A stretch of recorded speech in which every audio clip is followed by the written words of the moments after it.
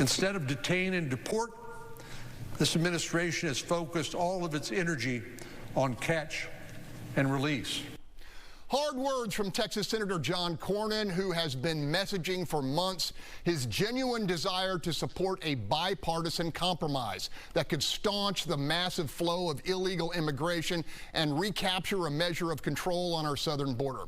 Cornyn's vocal opposition to the legislatively stillborn proposal signals way more than a postmortem effort to close ranks with fellow Republicans. That's because aside from additional money for more border patrol and drug interdiction, President Biden offered no substantial changes to the current catastrophic policies.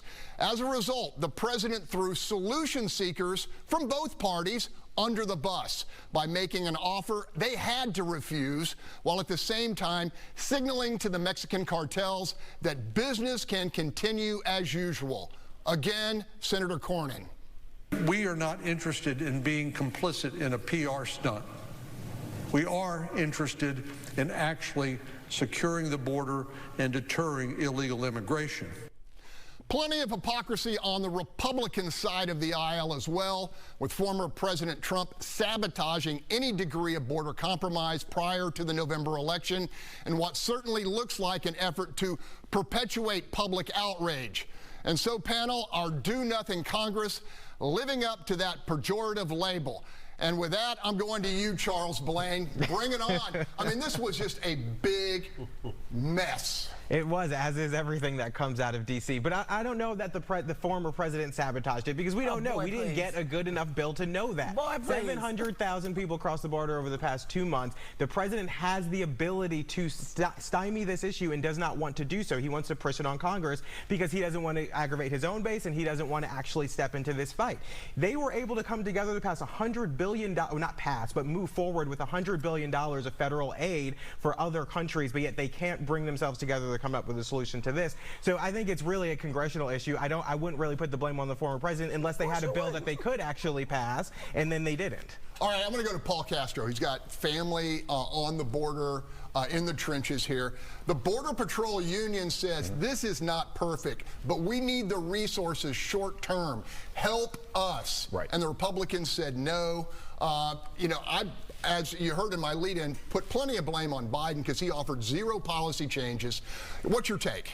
So in the bill that was proposed, there were some changes that would have made it a little bit tighter. And the fact that the Border Patrol Union did come out in support of it should signal to people that there was something valuable there. Senator Langford out of Oklahoma put himself out there. I mean, I'm not sure what kind of political arrows he's going to take as a result.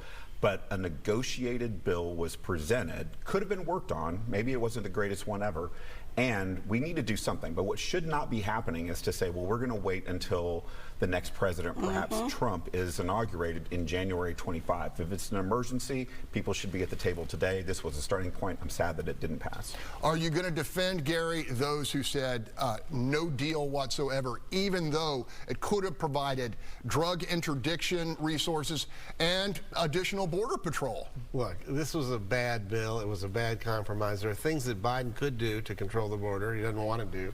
I understand why the Border Patrol Union supported it. They're going to get more people to work with them. But the Border Patrol has essentially become an escort service. We're not controlling the border. What is the Border Patrol Union? I mean, what is the Border Patrol doing? Under Biden's orders, they're taking down the racer wire Texas puts up to block entry into Texas. So it's not doing anything. I mean, the Democratic plan is to bring all these people in and give them a pathway to citizenship quickly because they think it'll replace the votes they're losing now in traditional African American and Hispanic American communities. You saw the polls for Texas. I mean, Trump's numbers are astounding in minority communities. So that's what this is all about. They don't want to solve the problem. The idea we should do nothing is bad. I think we take the best of it, and they need help, do it.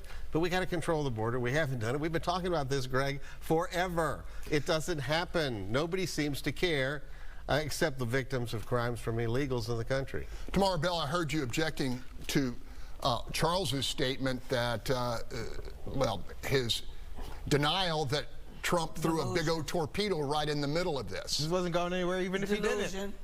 I heard Charles' delusion. And I heard Gary's delusion as well. Listen, y'all, this will be the downfall of the nation. As I have said numerous times, and I will say it again, and even though my husband gets infuriated when I say it, the Trump policy at the border worked. This is not sustainable. In New York, they shut down a black elementary school, put them babies back on Zoom to put in the people who are coming here illegally. How can you put people who are here illegally before the citizens? This doesn't work. Congress, what the hell is wrong with y'all? This is a football. Y'all have been back and forth for decades. It doesn't work. And I'm telling you, if you think these people are coming in because they're going to have any loyalty to anybody here, you are delusional. Because as you all know, most of them, when they get their money, is going back to their home where they still have family. So this is not working. Deal with what you got here. Get that straight first. Then worry about other nations. By design, Bill King, to wrap this topic up. A pox on both their houses. I mean, neither party wants to solve this problem. They both think that it benefits them politically. Now, the Democrats have sort of figured out in the last few months that maybe this is doing more harm than good to them politically, which is why Biden has pivoted. If that polling wasn't like that, he wouldn't have done anything. That's right. This is all political. And anybody who thinks, I'm sorry, Charles, that Trump didn't go out and do everything he could to kill this bill so that he could perpetuate this and have this as an issue in November, I agree with my sister. They are delusional. That's exactly what he did.